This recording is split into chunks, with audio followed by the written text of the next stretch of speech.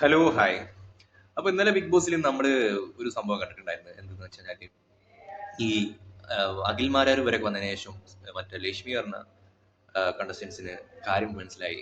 Big boss തന്നെ ഏൽപ്പിച്ച ജോലി താൻ ഏത് നിലപാടിൽ കൂടെയാണ് വന്നിട്ടുള്ളതെന്നൊക്കെ ഇന്നലെ മനസ്സിലായിട്ടുണ്ടായിരുന്നു.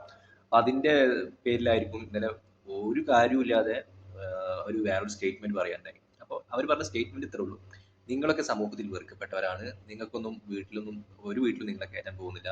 അത് മാത്രമല്ല, നിങ്ങൾക്കൊന്നും ഒരു ജോലിയും വേലയും കൂലിയൊന്നും ഇല്ലാത്ത ആൾക്കാരാണ്. അപ്പോൾ നിങ്ങൾക്കൊക്കെ ഈ ഒരു പാറ്റേണിലാണ് നിങ്ങളൊക്കെ ജീവിച്ചു കൊണ്ടിരിക്കുന്നത് എന്നൊക്കെ പറഞ്ഞിട്ട് വളരെ മോശമായിട്ടുള്ളൊരു അധിക്ഷേപമാണ് ലെസ്ബിയൻസ് ആയിട്ടുള്ള നമ്മുടെ ആദില നൂറേനെ ഇവർ പറഞ്ഞിട്ടുള്ളത്. പക്ഷെ അവർക്കത് മനസ്സിലായിട്ടുണ്ടോ എന്ന് അറിയില്ല, അല്ലെങ്കിൽ അവർ കേട്ടിട്ടുണ്ടോ എന്ന് അറിയില്ല. അവർ അപ്പോൾ ആ സമയത്ത് പ്രതികരിക്കുകയൊന്നും ചെയ്തിട്ടില്ല.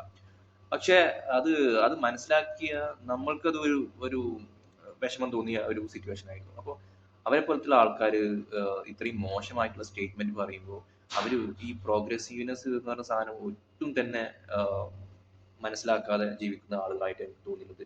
എനിക്ക് തോന്നിയിട്ടുള്ള അവരെ കാര്യങ്ങളും അവര് സംസാരിക്കുന്ന രീതിയൊക്കെ കാണുമ്പോൾ അവരൊരു വിദ്യാഭ്യാസമുള്ള ആൾക്കാരെ പോലെയൊക്കെ തന്നെ എനിക്ക് തോന്നിയിട്ടുള്ളത്. പക്ഷെ ഇത്രയും താഴെ ലെവലിൽ നിന്ന് ചിന്തിക്കുന്ന ആൾക്കാരാണെന്നുള്ളത് നമുക്ക് ഓരോരുത്തരുടെ സ്വഭാവം അടുത്തറിയുമ്പോൾ മനസ്സിലാവുന്ന കാര്യമാണ്. അപ്പോൾ ഇവരെ പോലുള്ള ആളുകളൊക്കെ ഇപ്പോഴും സമൂഹത്തിലുണ്ട്. അതിനൊക്കെ റെപ്രസെന്റ് ചെയ്തിട്ടാണ് ഇവരൊക്കെ വന്ന് ഇവിടെ ഗെയിം കളിക്കുന്നതെന്നാണ് നമ്മൾ മനസ്സിലാക്കേണ്ടത്. എന്തായാലും ആ സ്റ്റേറ്റ്മെന്റിനോട് എനിക്ക് യാതൊരു യോജിപ്പുമില്ല. വളരെ മോശം എന്ന് പറയുന്ന രീതിയിലുള്ള ഒരു സ്റ്റേറ്റ്മെന്റ് ആണ് പറഞ്ഞിട്ടുള്ളത്. അപ്പൊ ഞാനൊക്കെ ഈ പ്രോഗ്രസിനൊപ്പം നിൽക്കുന്ന ഒരാളെന്ന് നിലനിൽക്കുന്നല്ല ഞാൻ സംസാരിക്കുന്നത്. ഓരോരുത്തരുടെ ഇഷ്ടത്തിനനുസരിച്ച് ജീവിക്കട്ടെ. അല്ലാതെ നമ്മൾ മറ്റൊരു ഇഷ്ടത്തിൽ പോയിട്ട് തലയിട്ടിട്ട് അത് ഇങ്ങനെയല്ല അങ്ങനെയല്ല എന്ന് പറയേണ്ട യാതൊരു ആവശ്യമില്ല. അപ്പോ ഇതാണ് എനിക്ക് പറയാനുള്ളത്.